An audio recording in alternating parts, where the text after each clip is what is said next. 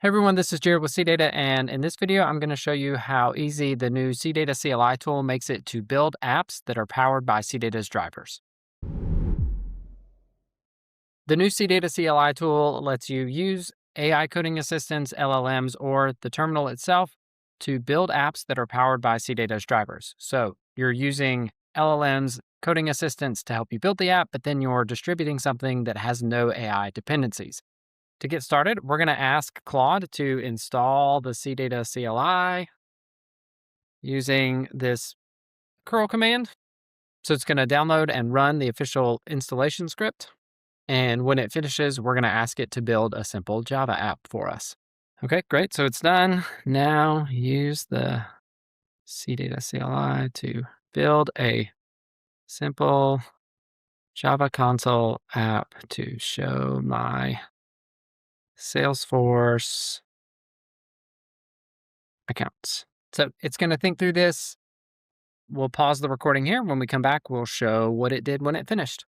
All right, so it looks like Claude Code has finished building everything. So let's scroll up and take a look at everything that it did to get us to where we are now. So I had asked it to use the CLI to build a simple Java console app.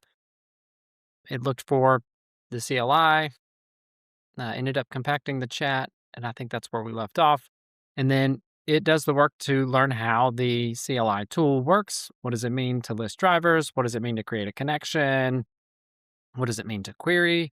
And then it went through and it searched for the Salesforce driver, downloaded the driver, installed it, checked for connection properties, and then activated the license, activated the connection. It's at this point that I actually went in and signed into my Salesforce account as part of the authentication, checked for the safe connection, and then it looked at the skills that are available for the CData CLI for the different data sources that CData supports to get information about how to best build the app to use it.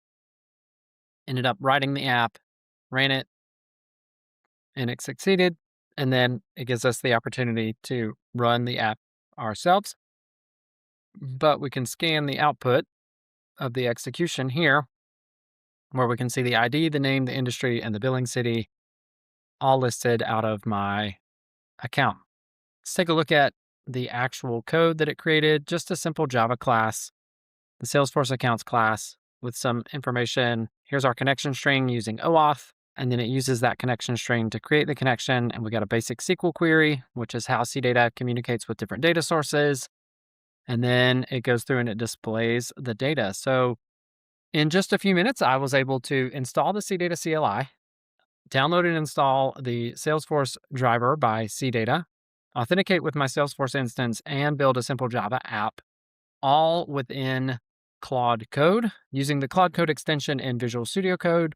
But the CData CLI tool is compatible with any IDE or terminal experience. So it doesn't matter which model you're using, which coding assistant you're using.